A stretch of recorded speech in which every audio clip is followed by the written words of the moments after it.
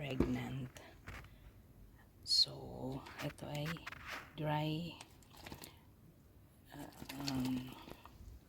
pusit and black beans and dates, dried din, luya, at ito yung sinasabi ng lotus. Yung sarap niya kung naluto.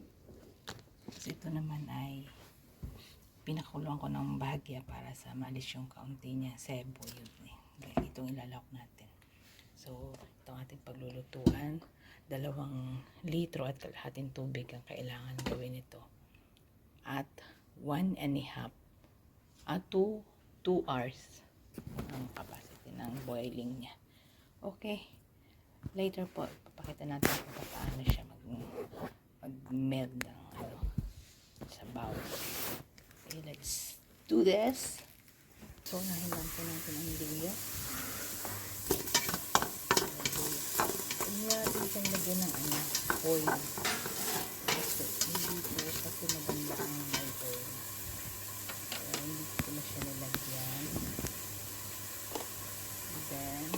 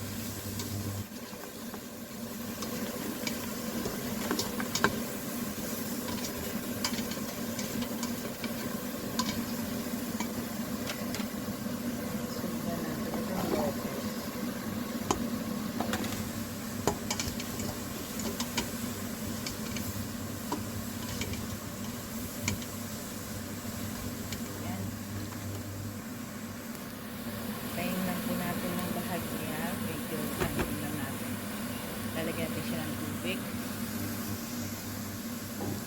Ito pang kahulihan to. Ilalagay ko ito bago siya tuluyang mag 2 hours.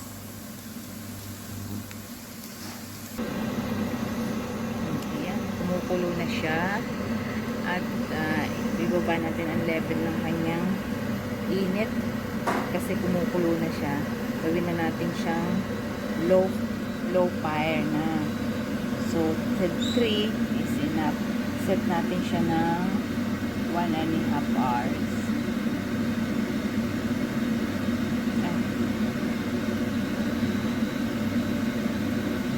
Yan.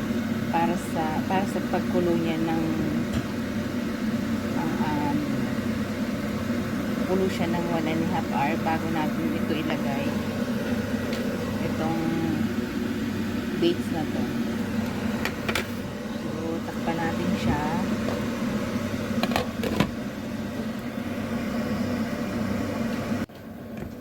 Ayan na ang natira. Less na ang tubig niya.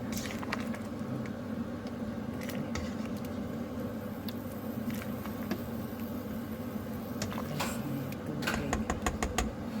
Ayan, ready to drink na ito. Soup.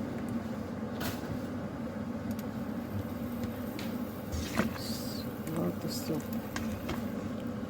Ayan. This is it.